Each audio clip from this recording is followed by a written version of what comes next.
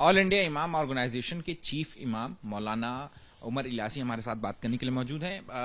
Sir, Delhi बम धमाकों के बाद लगातार जांच के घेरे में फरीदाबाद की अल-फलाह यूनिवर्सिटी जो है वो सामने आई है। कई सारे वित्तीय लेन देन की जो बात है, अनियमितताएं हैं, वो इसमें पाई गई हैं। इसके अलावा जो 3 प्राइम अक्यूज हैं वो भी इसी अल-फलाह यूनिवर्सिटी में पढ़ाते थे, और उसके जो संस्थापक हैं अल-फलाह के जवाद अहमद सिद्दीकी, उनको भी ईडी ने गिरफ्तार कर लिया है। कैसे देखें? देखिए, ये जांच का विषय चल रहा है इस समय, और जिस तरह से अभी ब्लास्ट हुआ लाल किले के ऊपर, और उसमें जिस तरह से मासूम लोगों की जानें चली गई और देश के माहौल को पूरा खराब करने की एक बड़ी साजिश रची गई, और जिस तरह से उस बम ब्लास्ट के बाद से जो लगातार जांच एजेंसियां अपना काम कर रही हैं, और जगह जगह पर जो लोग हैं उनके साथ उनको जांच में लिया जा रहा है, और ख़ास तौर पे जो अल-फलाह यूनिवर्सिटी है, वो जो 3 जो लोग मेन एक्यूज्ड हैं वो अल-फलाह यूनिवर्सिटी के हैं, तो जांच भी उसी यूनिवर्सिटी की होगी, किसी और की तो नहीं होगी। तो अब जांच के अंदर जो चीजें मिल रही हैं, जो लोग पाए जा रहे हैं, तो मुझे लगता है कि हमें उनका समर्थन नहीं करना चाहिए, क्योंकि अभी जांच का विषय है, और जिस तरह से वो उसी यूनिवर्सिटी में पढ़ाते थे और उसी यूनिवर्सिटी से उसका ताल्लुक था, तो अगर उस यूनिवर्सिटी की जांच हो रही है, या उस यूनिवर्सिटी के चेयरमैन को या उनके तमाम लोगों को पूछताछ के लिए और तमाम सारी एजेंसियां लगी हुई हैं, तो इसमें परेशान होने की क्या बात है? बल्कि हमें तो उसका समर्थन करना चाहिए जांच एजेंसियों का, क्योंकि आज ये विषय जो है ये किसी जाति, किसी धर्म के साथ देख के नहीं देखना चाहिए। ये हमारे देश की सुरक्षा का विषय है। आज जिस तरह से हमारे ये जो लाल किले का जो हमला है, ये ब्लास्ट है, ये भारत पे नहीं, भारत के आत्मा पर ये हमला है होता है ये, और ये वो शक्तियां, ये वो राष्ट्र विरोधी ताकतें सक्रिय हैं जो इस देश के अंदर देश के अमन अमान को खराब करना चाहती हैं।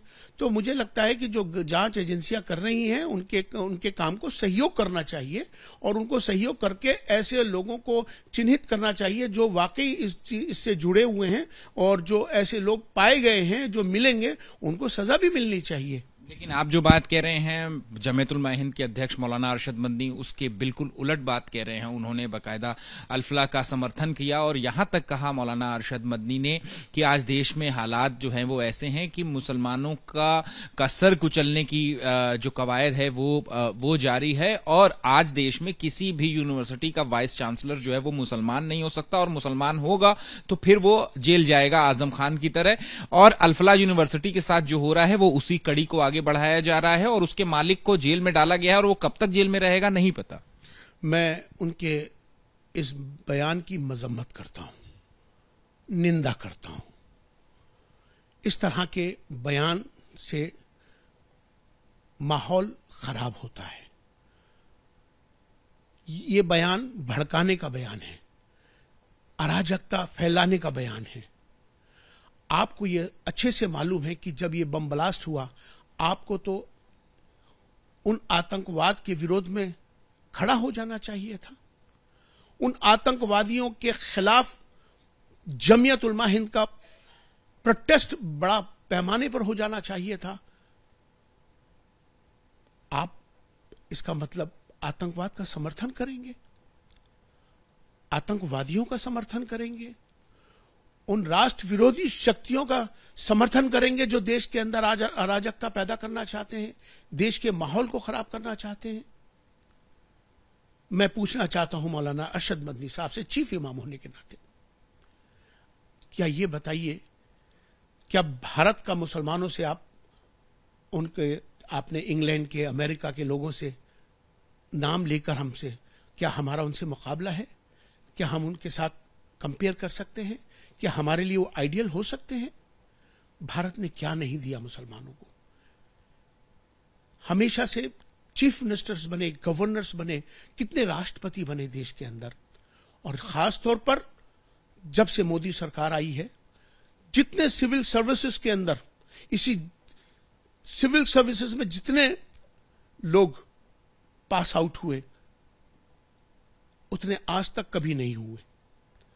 जिस तरह से नरेंद्र मोदी जी के नेतृत्व में आज देश आगे बढ़ रहा है, जिस तरह से देश के अंदर जितना लाभ योजनाओं को, जितनी भी योजनाएं हैं, सबसे ज्यादा लाभ आज के वक्त में जितना मुसलमानों को मिल रहा है इतना किसी को भी नहीं मिल रहा।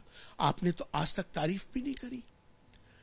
अगर आप जो लाभ मिल रहे हैं, जो सरकार के कार्य हैं, आज तक आपने उनकी तारीफ तक नहीं करी, और आप ऊपर से ये कहते हैं कि सरकार हमको दबा रही है। उस लाइन में उन्होंने दिल्ली ब्लास्ट का भी, जब उन्होंने अल-फलाह की बात करी तो उस लाइन में उन्होंने दिल्ली ब्लास्ट का भी जिक्र नहीं किया, उसके उनके विक्टिम्स का भी जिक्र नहीं। मुझे यही तो अफसोस है कि जब ये हमला होता है तो क्यों नहीं तमाम भारत के तमाम मुस्लिम संगठन, तमाम भारत के बड़े जिम्मेदार लोग क्यों आगे नहीं आए।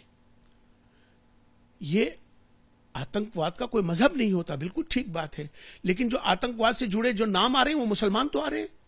वो संगठन जो अल-फलाह यूनिवर्सिटी का नाम आ रहा है, तो अब आपकी जिम्मेदारी नहीं बनती कि आप जो गलत कर रहा है उसको गलत कहिए, जो सही है उसको सही कहिए।